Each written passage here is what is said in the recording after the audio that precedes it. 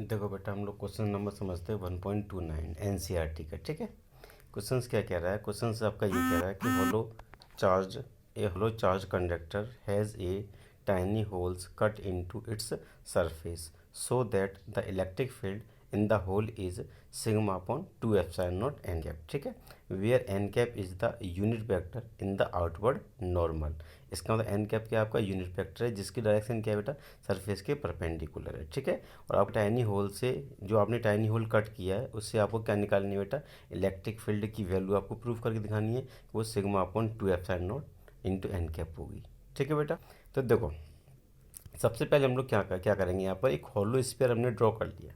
ठीक है, ये पूरा का पूरा क्या है बेटा? एक पूरा का पूरा आपने हॉलो स्फीयर ले लिया, चार्ज्ड हॉलो स्फीयर है आपका, है ना, कंडक्टिंग हॉलो स्फीयर ले लिया आपने। ये पूरा का पूरा ये हॉलो चार्ज कंडक्टर एक टाइप का जो आपने ड्रॉ कर लिया। ठीक है, अब इसकी जो सरफेस चार्ज डेंसिटी है बेटा पूरे की यूनिफॉर्म है, वो आपने सिग्मा मान रखी है। ठीक है, यूनिफॉर्म सरफेस चार्ज डेंसिटी है। अब सरफेस चार्ज डेंसिटी के बाद यदि आप इलेक्ट्रिक फील्ड इससे निकालोगे तो electric field near the surface of the conductor. ठीक है, कंडक्टर के पास में कहीं से भी जो इलेक्ट्रिक फील्ड होगी आपकी ई की वैल्यू होगी बेटा, उसका फॉर्मूला क्या होगा? उसका फॉर्मूला होगा सिग्मा अपन एप्सिलॉन नॉट। ठीक है, तो ये आपने पूरी कंडक्टर यानी कंप्लीट एक कंडक्टर ले लिया बेटा आपने, उससे electric field near the surface of the conductor निकाल ली equal to sigma upon epsilon naught. ठीक है, अब जो डायरेक्शन है बेटा इस इलेक्ट्रिक फील्ड की वो कहाँ पर होगी? वो सरफेस के परपेंडिकुलर होगी। ठीक है बेटा, तो आपने लिख रखा the direction of the field is normally outward with respect to the surface. We assume a very small area on the surface of the hollow sphere. ठीक है, आपने एक होल ले लिया बेटा यहाँ पर और होल को S1 से रिप्रेजेंट कर दिया, तो यहाँ पर आपने होल मान लिया और होल का नाम रख दिया आपने S1। ठीक है, तो होल को आपने S1 से रिप्रेजेंट कर दिया बेटा, है ना। इसके बाद से let its area be named S one and its magnitude d S. इसका मैग्नीट्यूड कितना मान लिया बेटा आपने? डी एस मान लिया। ठीक है, the charge on the area S one equal to sigma into d S. ठीक है बेटा, तो यहाँ पर जो चार्ज आपने मान रखा है वो कितना हो गया आपका? वो इस एरिया का यानी सिग्मा इंटू डी एस, क्योंकि आपको पता है sigma equal to q upon a होता है या d q upon d s होता है, तो डी क्यू की वैल्यू निकालोगे तो सिग्मा इंटू डी एस हो जाएगी। ठीक है बेटा, तो यहाँ पर आपने मान लिया charge on the area S one, जो एस वन आपने होलो स्फीयर काट रखा है इसका एरिया आपने मान लिया वो सिग्मा इंटू डी एस मान लिया। देखो फिलहाल हमने क्या किया बेटा, फिलहाल हमने पूरा कंडक्टर समझ लिया, मतलब पूरा हमने क्या किया, इसमें होल नहीं कट किया।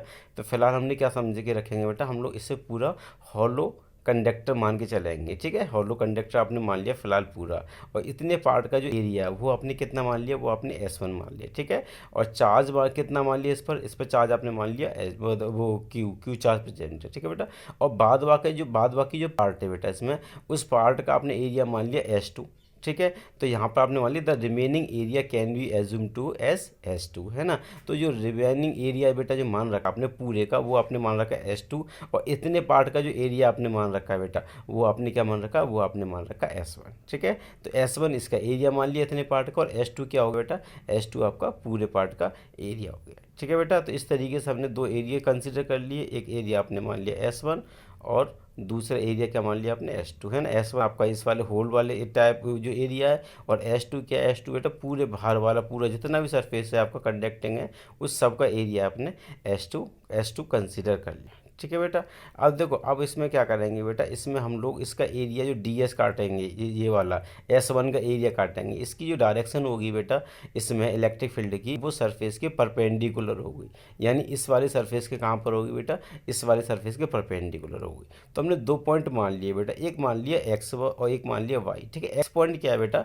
जो एक्स पॉइंट है बेटा वो just outside the surface, surface से जस्ट आउटसाइड पॉइंट आपका एक्स है, और जो वाई पॉइंट है आपका, वो वाई पॉइंट क्या है बेटा? Just inside the surface. ठीक है, सरफेस से जस्ट इनसाइड आपने पॉइंट मान लिया वाई, और सरफेस के जस्ट बाहर वाला पॉइंट क्या मान लिया बेटा आपने? एक्स मान लिया। ठीक है, तो यहाँ पर लिखिए let x and y be the point just outside oblique above S1 and inside below S1। ठीक है, इसके बाद से the EF at point x and y can be considered as, है ना। तो यहाँ पर आपने एक्स पॉइंट मान लिया, the total of EF due to, यानी इलेक्ट्रिक फील्ड है आपकी, due to S1 and S2। ठीक है, तो यहाँ पर आपने टोटल इलेक्ट्रिक फील्ड आपने निकाल दी S1 एंड S2 से। अब देखो आपको पता है बेटा, जो बाहर वाला सरफेस है इससे इलेक्ट्रिक फील्ड की डायरेक्शन कहाँ पर होगी, बाहर की तरफ होगी, और वो भी S1 सरफेस से कहाँ पर होगी, बाहर की तरफ होगी, और उसकी वैल्यू आपने मान रखी है E1 जो वैल्यू है बेटा, वो सरफेस जो आपने S1 कंसीडर किया है उसकी डायरेक्शन में आपने E1 मान ली, ठीक है। और जो बाद बाकी सरफेस आपका S2 है उसकी वजह से भी इलेक्ट्रिक फील्ड जो X पॉइंट पर होगी बेटा वो आपकी E2 होगी, और वो भी क्या होगी बेटा, वो भी आपकी नॉर्मली होगी यानी परपेंडिकुलर होगी, ठीक है बेटा।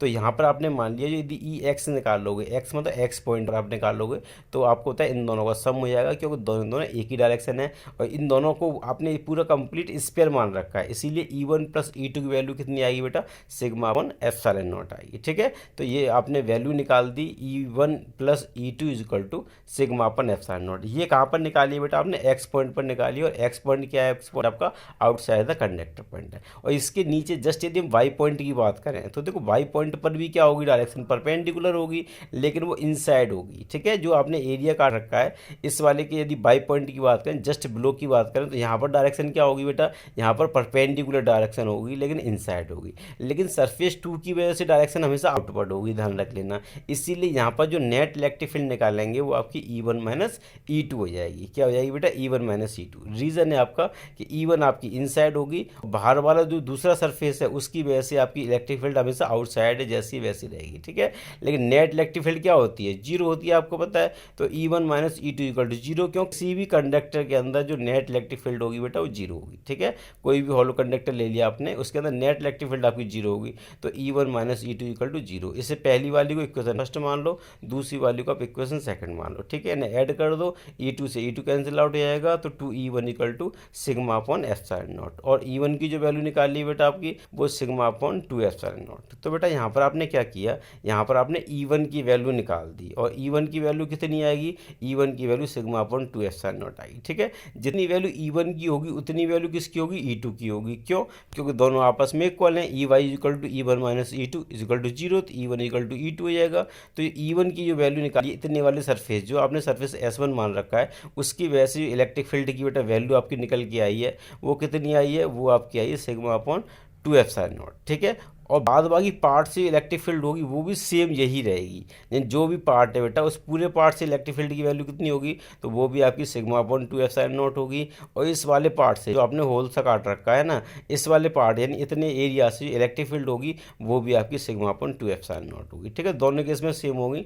तो यहाँ पर आप लिख सकते हो, now since if in real condition, यदि रियल कंडीशन की बात करें, there will be no field due S, क्योंकि यहाँ पर होल है, तो होल की वजह से आपको यदि रियल कंडीशन की बात करें तो S1 की वजह से ये लगा, since if in the real condition there will be no field due as we have removed S1 यदि हम हटा देंगे S1 की वजह से कोई फील्ड नहीं होगी from the conductor, so electric field in the hole will be due to E2, है ना। तो इलेक्ट्रिक फील्ड होगी वो E2 की वजह से होगी, क्योंकि इतने पार्ट को यदि हम हटा देंगे तो E1 तो खत्म ही जाएगा, खाली E2 रह जाएगा। और E2 की वैल्यू कितनी है बेटा, E2 की वैल्यू आपको पता है सिग्मा अपॉन एप्सिलॉन नॉट है, तो sigma upon epsilon naught into n cap कर दिया। तो ये किसकी वैल्यू आ गई बेटा, ये आपकी E2 की वैल्यू निकाल दी, ठीक है। तो यहाँ पर आपने E2 की वैल्यू कितनी निकाल दी, E2 की वैल्यू आपकी सिग्मा अपॉन एप्सिलॉन नॉट होगी। तो जितनी वैल्यू आपकी E2 की होगी उतनी वैल्यू आपकी E1 की होगी, ठीक है।